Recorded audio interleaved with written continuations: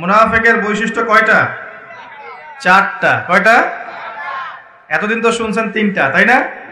ভাই আবার বলছে চারটা। চারটা। একটা হাদিসের মধ্যে আছে মুনাফিকের বৈশিষ্ট্য চারটা। এক, যখন কথা বলে মিথ্যা বলে। কথা বললেই কি বলবে? মিথ্যা। আছে না লোকজন এমন?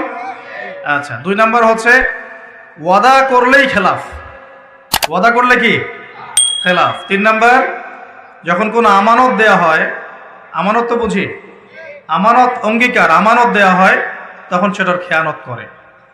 চার নাম্বার, যখন উত্তেজিত হয়ে যায়, কারোর সাথে ঝগড়াঝাটি বা কিছু হয়েছে, তখন বিচ্ছিরি ভাষায় গালিগালাজ করে।